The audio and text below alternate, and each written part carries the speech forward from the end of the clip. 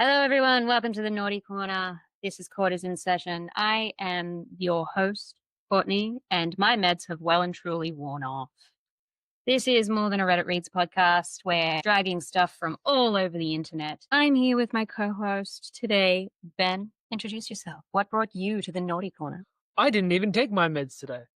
We are going to get started with a segment I call Bogan Blow-Ups. A big part of Reddit is people all over the world having stories to tell, only to have an influx of Americans join the chat with very specific opinions framed through their own cultural lens. Purpose of this podcast is to actually get some other cultural framing of some of these stories. So because we are Australian, we do have an Aussie specific segment. This first post comes from the subreddit Ask an Australian. I had $37 worth of fish and salad and they asked for tips. Do we have to tip on a sit-down meal now? This post was automatically deleted from the subreddit r/Sydney, so someone was angry. Apart from the occasional food court, I seldom eat out. Please be kind because I don't know how to react to this. I went to a hipster place and I understand that sitting down with table service is going to be pricey. But is $37 for fish and salad instead of chips the expected price now? The receipt states there is a 15% surcharge on public holidays too. Luckily, I went there off peak. Also, they asked for tips at the end. Service was all right. They took my order and cleaned my table. I put no tip, but are we expected to tip now? Sorry, since COVID, I have really enjoyed being a hermit. Same, mate, same. So, as somebody that's worked for a long time in the hospitality space, there's two sides to this. First of all, $37 for fish and salad, it depends on the kind of fish. Like, I'm not going to spend that on whiting or like just some fried fish. But if it's a nice piece of like your salmon or your like swordfish or marlin, that's a completely acceptable price to have. But we live in a culture where we have increased our minimum pay rates to the point where we shouldn't have to tip. That being said, if I'm ever buying food in a place where I can see the people making my food, I'm tipping before my food comes out to me. Because I know that if people are expecting a tip and there's the potential they think I'm not going to be tipping, somebody's going to mess with my food. Yes, Australia has rather aggressive employment legislation specifically to protect from this, that people know when they join their enterprise agreements, which is their workplace contracts, that what is written into that contract is the bare minimum that they can get paid without tipping coming in. He did specifically say here that he got a fish and salad as opposed to fish and chips. So I am thinking that is one of your more like basic battered fish that you would get from a fish and chip shop. But Ben and I did work together at the Ridges here in Newcastle, where there was a rule that no tips could be accepted. It wasn't allowed because of how strongly the management felt that high quality service is that bare minimum. What you get paid here, that is the set standard, and that no one should be relying on tips or expecting them. That being said, the amount that they were paying was bare minimum, so usually not enough to actually get by on. People still took tips constantly, and their service was honestly rather mediocre, considering quite often some of the kitchen staff had to come out and actually help during service. Yeah, I wasn't sure where you were going with that, considering you were the one that was there at the front of house omelette So, station the whole time. Take your omelette and get out. Okay, top comments. Nope, do not tip. This is something that is creeping in, especially in our cities. But we all just have to continue to say no tip. It's also because the software they are using is American, hence the tip prompt. I did not consider that. the other thing is other things. Sydney is kind of its own microcosm. So is Melbourne, and they are, especially Sydney, a lot more Americanized. Yeah, in a lot of they're systems. very much like the Alaska and Hawaii of Australia. They're Australia light. Nice. Actually, Australia extra heavy, but Heavy on the boomers in Sydney, heavy on the hipsters in Melbourne. and both of them believe that hey, we should probably tip. For two very different reasons. The Yeah, the tipping in Melbourne is off the fedora. Milady. Uh, on the flip side, there is actually a lot of legislation and a lot of companies in America that are trying to get rid of tipping culture by upping their rates. Um, I can't remember the name of the company, but there was a company a few years ago that was upping their pay rate to $18 minimum American. So that'd be about 27 Australian at the moment. And it was shown that people that were paid that kind of rate not only were happy with their job, they were giving better service and they didn't feel as stressed. You're living on those tips. Yeah, coming out of education, I can tell you now, there's no point in incorporating tipping culture into the Australian environments because I guarantee you our teenagers are going to grow into adults that are not going to be interested in doing maths when they get to a restaurant. It implies that they know how to. Yeah. Next one from r/Oz Jobs. My manager pulled me aside because I only work 7 hours and 40 minutes a day. How should I handle this situation? So, a very frustrating thing happened at work. My manager asked to have a quick word, and the conversation turned to him questioning my lunch break. He said I take 50 minutes when the standard is only 30. I work in the analytics department, and our policy is very flexible. Take the lunch break you need as long as you complete your 8 hours of work. I usually get to work at 8 a.m. and leave at 4:30 p.m., which means I'm at the office for 8.5 hours. My lunch break is about 50 minutes, so yes, by that calculation, I'm about 20 minutes short of a full 8 hours of work each day. Most of my colleagues take a full hour for lunch, but I don't need all that time. I prefer to get back to my work and leave a bit earlier. My performance at work has never been an issue. I always finish my projects ahead of schedule and often ask for more work to fill my time. The person who snitched on me, and I'm 99% sure it is my senior colleague who is struggling with the new software and is always late with her deliverables. I overheard her commenting before now on how I always leave early, despite the fact that I finish my work much faster than she does. My manager wants to discuss this again at the end of the week, and I'm not sure how to approach this conversation. Frankly, it isn't about the time at all, it's 100% office politics. As a salaried employee, it feels very strange to be micromanaged to the minute, especially since I'm not compensated for the times I stay late to finish an urgent, important project. I'm not going to sit at my desk pretending to work just for the sake of being present. What's the best way to convey this to my manager without coming across as a slacker or arrogant? Any suggestions for talking points or specific phrases to use would be extremely helpful. Bye, you boss. No, fuck that bitch that ratted on him. Do both. The micromanaging has come full force since society has reopened post COVID.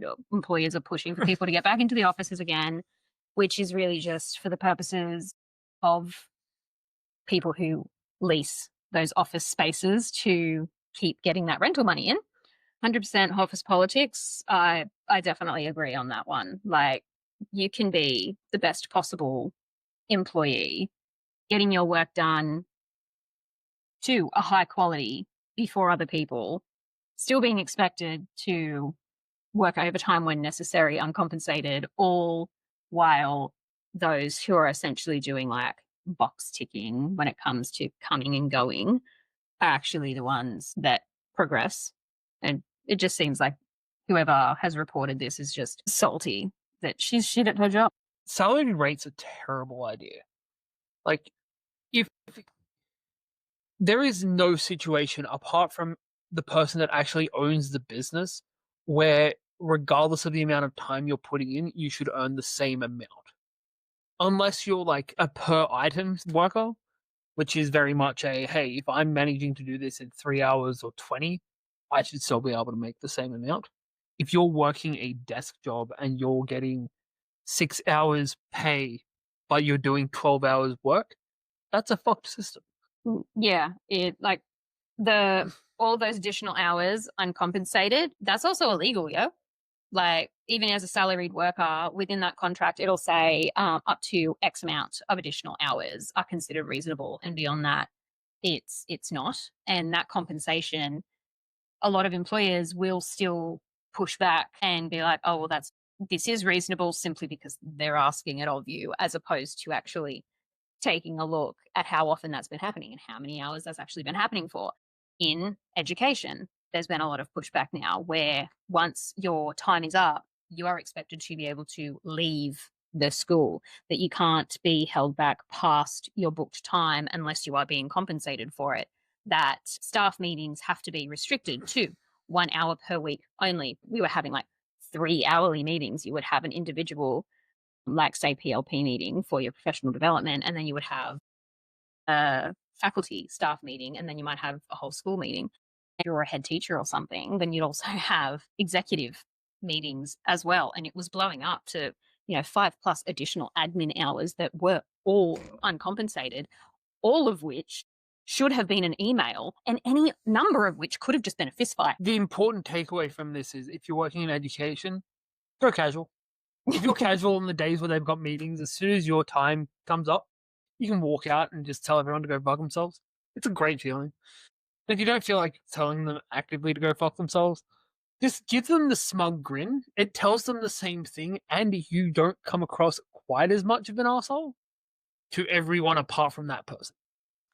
Is there anywhere in Australia as vapid and self-obsessed as Sydney's eastern suburbs? Does that mean Newtown? Because I feel like that is where the most vapid and self-obsessed people are. That's where all the queers are. That's a different kind. It's performative. Sorry. The time frame where I spent most of my time around Newtown was around like 2011, 2013, where it wasn't the queer collective that were living there. It was the hipster collective that were living there. And you can track the vapidity of a town by where the hipsters are. Yeah, but see, with the cultural shifts, the only hipsters that were able to stay there now had to actually have talent as it's grown as like a cultural hub, particularly like around the Enmore Theatre and all of the performances that happen there.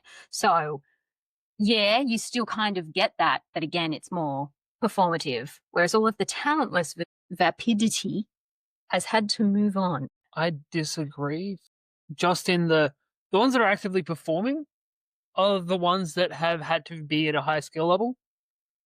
The ones that are just hanging around constantly, not so much. It's the vapid, self-obsessed high opinion of oneself while at the same time gloating about how important it is to be authentic that I find incredibly disingenuous. Hipsters.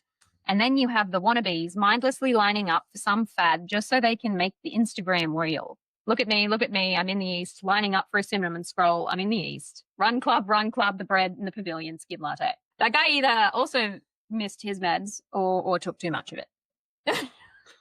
We're still talking about hipsters though, right? I don't know if we're talking about the eastern suburbs. I'm thinking about all of your rich Soccer mums? boomers and your influencers and shit that have moved into like that Bondi and like the Northern Beaches areas. Right, I'm thinking of east in the wrong direction. East is only one direction. I know, but my brain was mixing up Sydney in where would be the eastern suburbs. No, the hipsters can't afford to live in the eastern. Talentless and too young.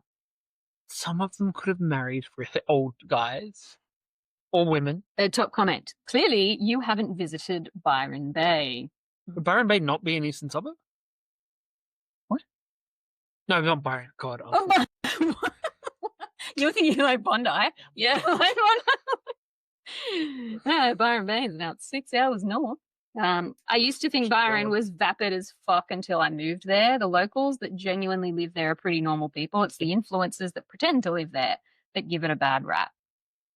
Yeah, Byron is great. I did get refused entry to a bar there when I went up for a trip one year. My passport had expired. I need to make a point of in this is that was the 4th bar I'd been at that night, and the passport had been my ID at all 4 places. Byron Bay just does not give a fuck. Because of the farms that are in the local area, you also end up with a similar thing to Coffs Harbour where you have a metric fuck ton of working holiday visa people. I don't know if it's that way anymore because post-COVID has really shut down the amount of working holiday visas we've been giving. But it used to be to get a second year on your working holiday visa, you need to work for, I believe it's 90 days on a farm or in construction. And it's great because 90% of people would go and work on the farms. And then if you're an Irish lad, you would go and work construction. Because every road crew on the East Coast that is hiring working holiday visa people, they're run by an old Irish guy, and he just hires young Irish people to give them the second year. Why? I feel like if anything, he'd be like, "You're going to be drinking through my profits, mate." No, because you're getting paid by the hour. If you're not doing a good enough job, there is like 20 more young Irish fellas at the fucking hostel to come work for it. Yeah, trust Australia to always be able to find more white people. And we're it's something us and the Irish have in common. Yeah. As someone who grew up in that region from the late 80s, still referring to Byron Bay, from the late 80s to the early 2000s, and still return to visit family periodically, I can say most residents are fairly recent fly-ins and are still fairly representative of the vapid twats that the OP was asking about. Byron has almost always been like that, though. First, it was the fake hippies of the 80s and 90s, then the boho scummy rich kids, then the hipsters, and now the influencers. It just attracts vapid fake people. I do love the fact that I cannot remember the name of it. There's a town just outside of Byron where all of those fake hippies just moved to when they got kicked out of Byron because it's the weed capital of Australia. And I've heard stories of people going there and just having somebody come and knock on their window while they're stopped at a light to try and sell them pot. The cops don't care because it's like, hey, if we keep this contained here, like an hour in every direction doesn't have to worry about weed sellers. So it's like, yeah, we're just going to keep it contained here. And if we ever need to raid somewhere and like make it look like we're doing a good job, we'll go and hit that We place. know where to go. Exactly. I do love the fact that this has gone very quickly from, hey, what the fuck's going on with the eastern suburbs to fuck Byron. When people say Byron is vapid, it's usually not referring to the locals who have lived there for decades. Byron has a really dark, ominous presence. There is definitely shady folk that frequent that also lowers the vibe that people speak of. Now, we didn't go all the way to Byron, but we were just short of it for the Screenworks Regional to Global Conference, where we were hobnobbing with some of the entertainment industry's highest ranked officials, like the CEOs of Screen Queensland, Screen New South Wales, Screen Australia, whose sister apparently lives around the corner from us. And everyone was just having a grand old chat that apparently there was a murderer on the loose. It goes back and forth between there's a murderer on the loose and, hey, Chris Hemsworth lives around the corner. Sydney's Northern Beaches has deliberately bad public transport connections because a significant number of rich people living there want to discourage the rest of Sydney from going there. Interesting. Yeah, Sydney is basically like 3 chunks, and it's very difficult to there's like one route between each of the chunks. So there's your northern suburbs, so like up near your Manly end of things, I believe. Cronulla, where South. Cronulla South, Probably. I don't know. I know it's norther than Cronulla, but I don't know whether or not it's above or below Bondi. One of my exes had family that lived up there, and they were all posh, rich assholes. And one of them was actually a spy. Weird situation. Spy looked just like Johnny Sins, but it was. If you want to go there, there was one bus route that would take you there. There's no train line that runs up that way. And then you've also got the same situation happening with your southern suburbs, but that's more the opposite direction. We're trying to keep those people out of normal Sydney, out of northern Sydney. So it's like, to get from here to there, you need to take 2 very windy bus routes, and that's by design because we definitely don't want the people coming from Bondi area to go to the northern suburbs. Yeah, and from like basically that bottom tip of the Northern Beaches is like Mosman, where the Taronga Zoo is. Yep. And so you've got the ferry across from Circular Quay there, but the way that place is laid out and the lack of public transport essentially makes it almost like that entire region of Sydney is its own gated community. Yeah, they don't want you to be able to find your way in or out. Also, all of the streets are ridiculously windy. Like, there's no one straight road to get to any place. You've got to go through 3 back streets and catch a train, and it's very inhospitable. Weirdly enough, that's the one thing Melbourne has going for it. Like, it was Sydney was hodgepodge together. Melbourne was designed. Melbourne's about to be pulled into the fight. Yeah. Go for it. I came here looking for someone to mention the Northern Beaches. I was going to say this. Also, Mosman and thereabouts. Yikes! It's for real NIMBY Island. For non-Australians, NIMBY means not in my backyard, which is basically people who do not want further development in their local area, as opposed to a YIMBY, which means yes, in my backyard, people who do promote those developments. Also part of a community. Inner city Melbourne, by far, the epitome of smelling my own farts. Where do you draw the lines? Usually on top of the cistern if it's clean. Victoria State Border works well for me. I've actually lived for a few months in it's not even the inner suburbs of Melbourne that's like you're really hoity-toity. It's Essendon. Essendon is where the rich snobs lived. It's where my sister lived for a while. It's also where the Scientology church is. And that should be your real defining characteristic. If there's a Scientology church there, that's where the rich dickheads are. Which is where you find the pretentious wankery. Yeah, because it's either that or you're going to find people that are like, hey, sci-fi. And there is no in-between because you're not going to find that many rich, snobby people that are really into sci-fi unless they are actually actors or, authors that are going into sci-fi. Okay, I think that is us done for Bogan blow-ups. Stay the fuck out of the Northern Beaches, apparently. And Melbourne. Melbourne has its upsides. Yeah, the airport. The next segment is called Pick Your Poison, where I am going to give you two of the most horrendous sounding headlines, and you get to choose which one you're going to kill yourself with today. So we have, I am a betrayer of the white race, or lady kept insisting I was faking my service dog, so I showed her why I need him. Look, I don't care about your service dog. I want to know why this guy's betraying the white race. And honestly, if he is betraying the white race, more power to him. So this is from earlier in the month, from the subreddit r/traumatize them back. One of my favorites. That also could be what goes on your tombstone. Traumatize them back with a motion sensor that makes noise. That's just one of those like pop out witches from behind. Yeah, I feel like that's too much. I just want it to be something really quiet and subtle. It was like a really quiet child laughing. Because that's a Victorian child specific. And it only goes off at night. All right. I am a betrayer of the white race. To give context, my father was born in Morocco, meaning I have an Arabic-sounding last name.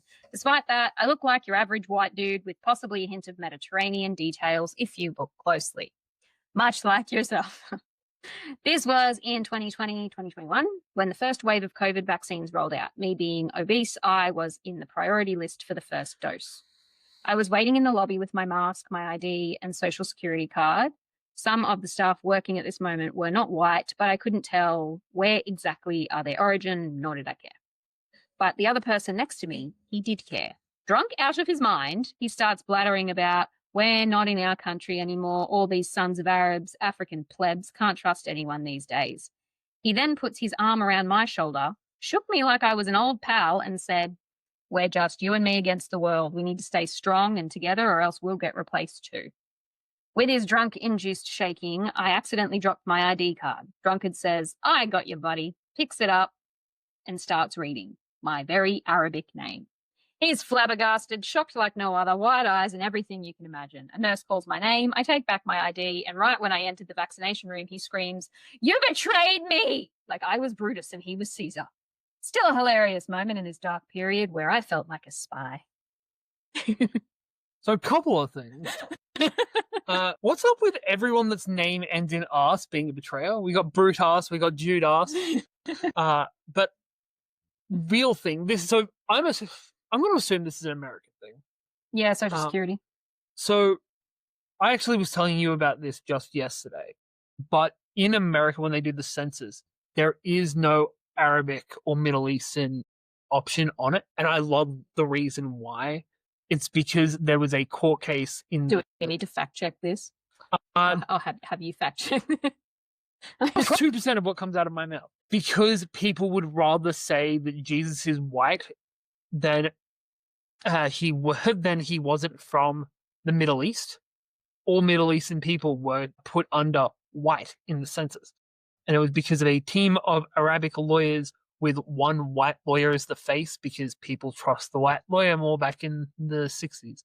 Even with an Arabic name, people would still consider you white by the census data at the very least. That being said, fuck this guy.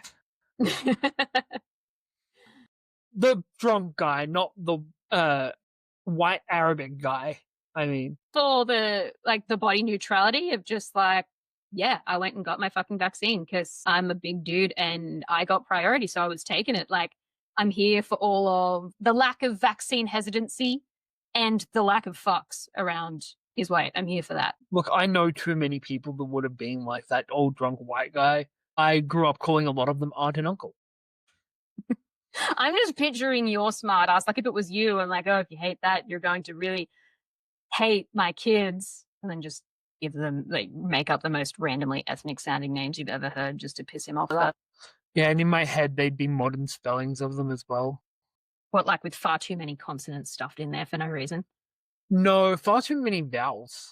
But also, me being a nerd, there'd be some apostrophes.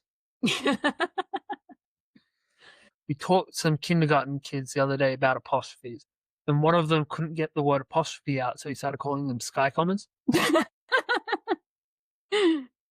Okay, we are done with Pick Your Poison. Next one is called Fair Call Mate, which is basically when no judgment is necessarily involved, but potentially some advice or just opinions may be valid. So the first that I thought you would appreciate comes at us from the subreddit r/askgirls. And it says, what do girls think of men who simp for women?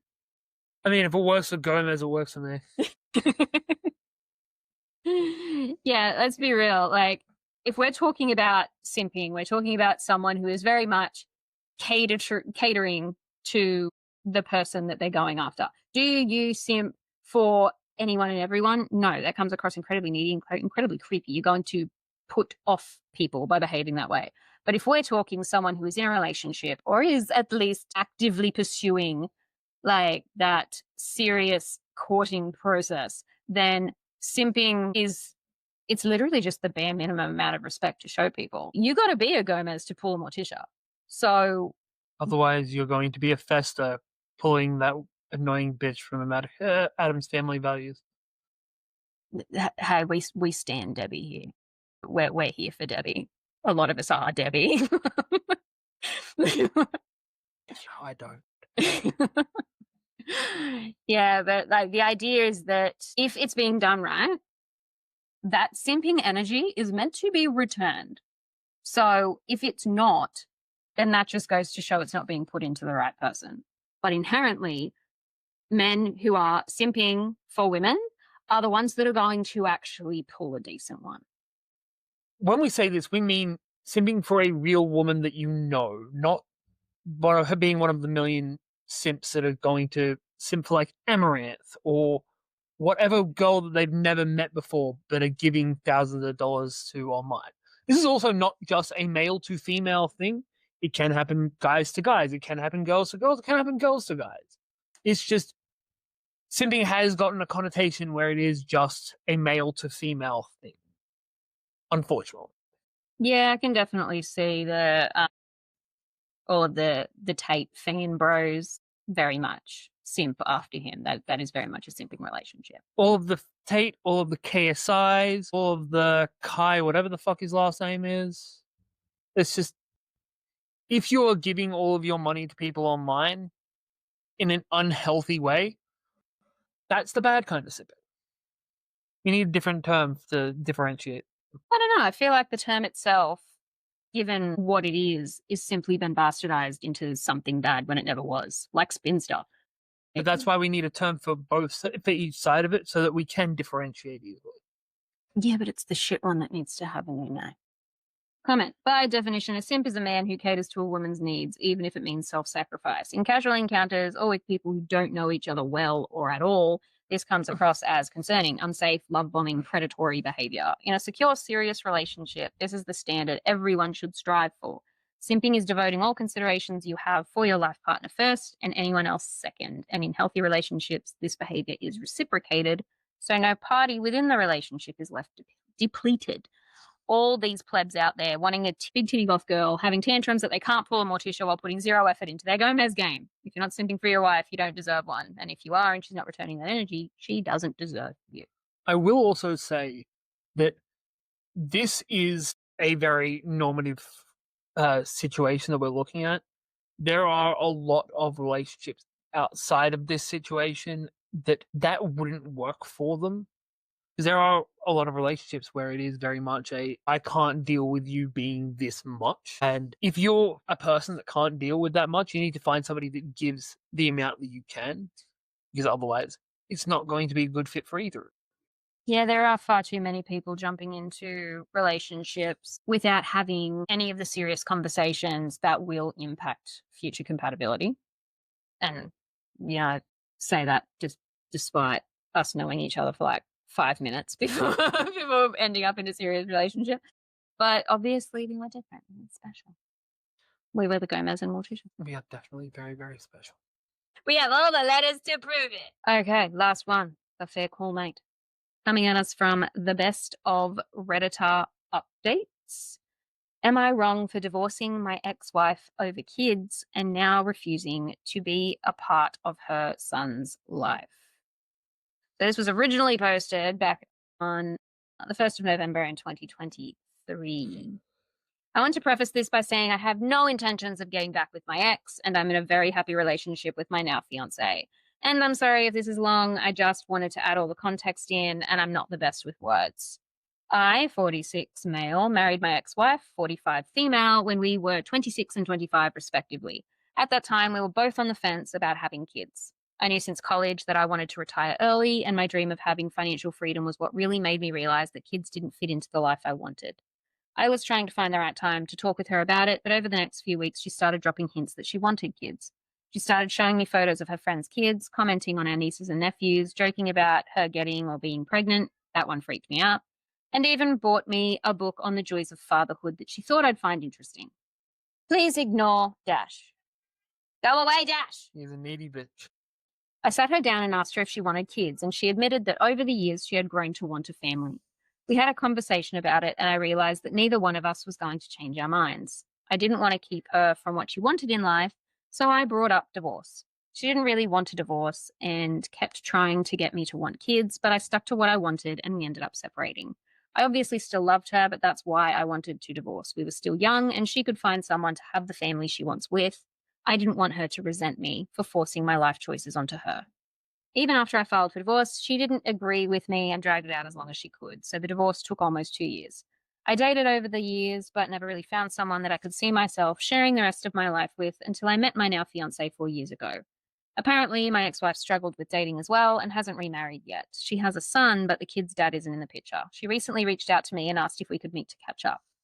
I talked with my fiancé about it, and she thought it'd be a great way to clear up any bad blood between us, so I agreed to meet up with her for coffee, loving the fact that he looped his wife in, like, or his fiancé Oh, in straight away. 100%. Things seemed to be going well until she brought up her son. She asked me if I was willing to be a part of his life as a masculine influence, and I told her I was No. glad that she was able to have a child, but that it still wasn't something I was interested in. She tried to change my mind, saying that we could be a family again. She kept trying to convince me, and I kept trying to change the subject. I admit I got frustrated because things weren't going as I hoped they would, and I told her I was happy with my fiancé and I was not interested in her.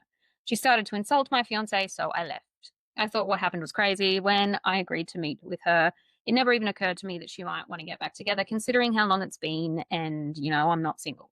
She kept messaging me, so I blocked her, and I don't plan on talking with her again. I was talking with my sister and her husband about it, and they said that while I'm totally right for rejecting her now, it was an asshole move on my part to divorce her in the first place, and now I was being an asshole again by not being part of her kid's life.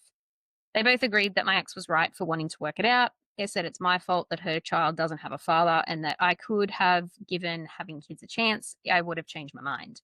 I just don't agree that kids are something one should compromise on. I don't see how it's possible for it to not be a bad situation for everyone involved. That breeds resentment. I don't know my ex's child at all, and I don't agree it's my responsibility to step up just because his biological dad did. I asked other friends and family, And they agreed with my sister. So now I'm not sure if what I did was wrong or not. And I was just wrongly justifying it to myself. Okay, first of all, what the fuck?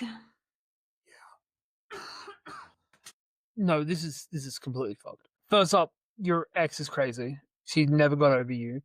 You did the right thing by dumping her because that was a compatibility issue that was going to end up blowing up in somebody's face. She would have ended up poking holes in condoms and trying to baby trap the guy, and that's going to end up with him resenting, getting divorced anyway, and then having to pay child support for the rest of his life. There are plenty of stories on Reddit that are exactly that. Yep. Like, couldn't even have a conversation about it because she'd already gone there. I know some people that are exactly like that. We're related to some people that are exactly like that. You're related to them. I am? I'm sorry, she is exactly like this woman. If they had have separated, she would have Oh. done the same thing. Right. This guy is under no obligation to do anything with that child. That is not his child. That kid's dad is just trash. It would be different if he got into a relationship with her with a kid. He has to say for legal reasons because he did that with me. I don't have to say shit for legal reasons. She had a kid with somebody else post you. That kid is not your problem. That is her problem. That is deadbeat dad's problem. Not your problem at all. And honestly, you need to find better family. If all of your family is trying to tell you, hey, you did the wrong thing, you should have been there for her and this kid, you shouldn't have divorced her in the first place, fuck those guys. And where's her family? Like, you don't got a single decent dude in your entire family? The wanting him to be a part of the kid's life is a secondary. She wants the guy back. The kid is the excuse to get him to be a bridge back into his life. And it's fucked. I could imagine this happens quite a lot across the world, but it's not your problem to deal with somebody else's mistake. You made it very clear from the get-go you didn't want kids.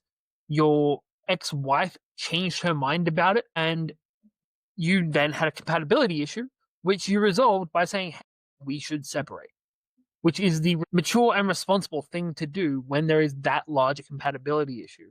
Because kids and religion are basically the two things that are going to cause the most breakup. Kids, religion, and money are going to be the things that, if you are incompatible in that thing, is going to cause the biggest issues in marriages and relationships in general. And let's be real, the whole be together for the kids thing has never been accurate in any functional capacity. This isn't even his sticky tape baby. Yeah, it's like when you have someone who has kids that didn't want them, nowhere, no time in history has it ever ended well. Like, that kid always feels it in some way, shape, or form. Yeah, look at Greek mythology.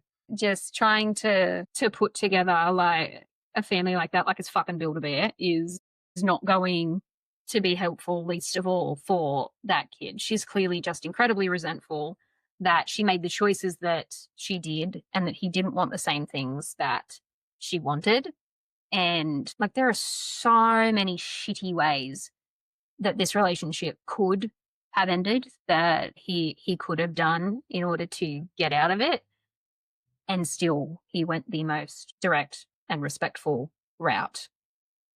And I don't get that everyone's just brushing aside such a sheer massive incompatibility just for the sake of being like, yes, family. Yes, from the title, I thought it was going to be they'd separated and then immediately afterwards she came to him with a kid, not 20 years later.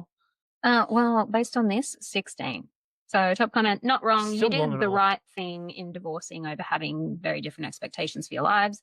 If you divorced over you not wanting kids, I can't understand why she would think that you would want to or be willing to fill a fatherly type role with the kid she did end up having with someone else. Your sister and brother-in-law are nuts. Kids are not something to compromise on. They are a 2 yes, 1 no situation.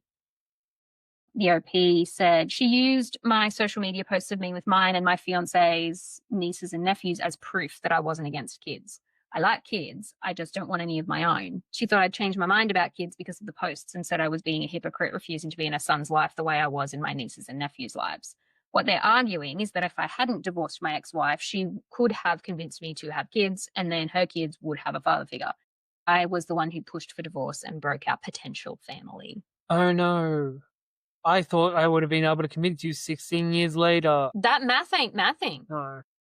Like, just no, you should have stayed with her so she could continue to attempt to do something incredibly shitty to you over and over again. 16 years of, hey, we need kids, hey, we need kids, hey, we need kids. It would have made it to the 9 o'clock news. Will you take us to Mount Splashmore? Let's celebrate by adding chocolate to Next comment, upcoming gross and sensitive alert. Turn away if you are sensitive. Hopefully there is zero chance you knocked her up because she could have turkey basted from a spent condom or something. Ew. Sorry. Have a lovely remarriage and treat your fiancée like she's the only love for you. That little meetup with your ex did cast a shadow in her mind. Help that shadow dissipate for good. Low contact with the others forever. Original OP. We divorced 16 years ago and her son is 11, so no possible way he could be mine. Thank you for your concern, but my fiancé is fine. No shadow was created. We're both very secure in our relationship, and she was the one who encouraged me to meet with her so she could apologize to me for how she lied and talked shit about me. I'm about 98% sure about who the kid's father is, and if I'm right, I don't really blame him. I obviously feel bad for the kid, but he was, in my books, still a kid as well. The guy, I think the father is currently about 30, I think, but he was a recent high school graduate when my ex got pregnant. Hang on. Hang the fuck on. So he would have been 18 and she would have been Hang on. 35 if the kid's 11? 45, now 15 years. No, he's 11 years old. You just said the kid was 11. So that means the kid would have been, she would have been 34, the dad would have been 18-ish. That's fucked. That could have been her kid. That completely changes the whole motherfucking story. Like, dude, fuck not wanting to be with her because she has kids and you don't want them. Fuck not wanting to be with her because she was lying and talking shit about you. Fuck being with her because she's a fucking predator. Like, that's no different compared to if the genders were flipped. Like, no, you fucking nasty. Ew. Now, considering this is on Best of Reddit or updates, is there an update? Yes. Okay. So the next one was 5 days later on the 6th of November. So some things have happened. My ex-wife somehow got a hold of my fiance's phone number. She contacted her yesterday and made false accusations that I cheated on her when we met up for coffee. Obviously, my fiance didn't believe her and just blocked her number. This morning, my sister showed up uninvited to my fiance's house with her kids demanding to talk. We don't live together and I was not there. My fiance originally wasn't going to let them in, but my sister sat on her porch and refused to leave. It was cold and windy and the kids didn't have coats on, and since it's not the kids' fault, she ended up giving in. She put on a show for the kids and made some coffee to prepare herself for whatever shit my sister was going to say. My sister started a whole spiel about how if she, my fiance, really cared about me and not just my money, then she would do what's best for me and leave. My sister claimed that since I'll always be connected to my ex, that I will be forever unhappy if I'm with anyone else. Apparently, if my fiance doesn't leave me, it's proof that she's only with me for my money and that it's obvious that my ex and our child, which, what the fuck, it's not my kid, would actually use the money in a godly way. My fiance laughed in my sister's face and just stared at her until she left. My fiance and I are both a little confused by what she said. I am better off financially than my fiance, but not by that much. I'm also not religious. So even if I did get back with my ex, me and my money would still not be godly in star emojis. Yeah. It's godly. We know she's crazy, but again, why did she think her plan would do anything? After my sister left, my fiance called me and told me what happened. I called my sister to tell her, 1, to leave my fiance alone, and 2, that she was crazy and delusional. She defended herself by saying she knew what was best for me and was just protecting me from going through with the wedding since my fiance was obviously taking advantage of me, and that since I'm under her spell, I can't protect myself. I again told her she was crazy and delusional and told her that I never wanted to hear from her or anyone who's siding with my ex again, and to please pass that message on. Every time a family member or friend messages me about it, which has been 6 just since this morning, I ask them what their thoughts on the matter are, and if they side with my ex or my sister, I block them. So your ex has obviously lied to your sister and told her that this is your kid. Yeah, probably because if she finds out she fucked a 19-year-old that had barely finished graduating high school, that probably wouldn't go over well. Oh, these guys are Christians. Probably would be fine. It just doesn't seem very godly to me. Nah, fuck that sister, man. You know, anyone that's coming after your partner can go fuck themselves. While dragging their fucking kids along with them. Also, why is your sister still in contact with your ex? Like, my sister blows up at my mum every so often about being in contact with her ex. And that's because they were basically family. Maybe that's why. Maybe they're just hey, we got really close while you were together, but still, fuck off. At least my chosen family is better. Info. What race and religion are you, your ex, and your fiance? Curious as to why your family are so pro your ex and anti your fiance. What does your ex have to have that your fiance doesn't in their eyes? OP. I'm half Korean, half white European, and agnostic. My ex is white European and Christian, very specific church, but if I say what it is, it could be fairly easy for anyone to find me and my family. So, Scientologists, I suppose. Maybe Latter-day Saints. Yeah. And my fiance is white European and somewhat agnostic, but does have some fluid spiritual beliefs. My fiance is also a divorcee. She divorced her ex-husband because he had an affair, and apparently that is not a good enough reason. I know 3 people, including my sister, that have forgiven their spouses for cheating. My fiance has a very extensive rock collection, hobby, does yoga, easy on the joints, and burns incense. It smells good. And my family has seen a few Facebook posts about witches and thinks she's one. In their eyes, it means she's worshipping the devil. Go get that devil, sis. Also, she doesn't have a rock collection. Let's be real; it is crystal collection.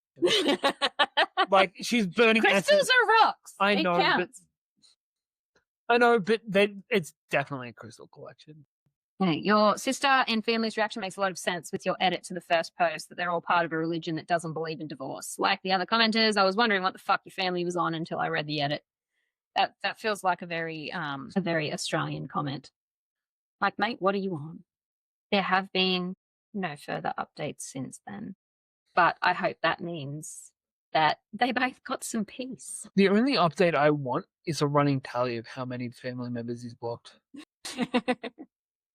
Look, I feel like 10 is probably the upper limit for most people, because at that point, most of your family probably gets the hint. Or at that on point, that many just fucking get a new phone number. Yeah, but then they just start showing up at your door, which obviously they're willing to because his sister did it. Well, it's been wonderful spending this time with you for our first episode. It has been. We'll do another later. Similar to something else later. That's We'll see you next time in the Naughty Corner. This is Quarters in Session. Have a good one. Bye.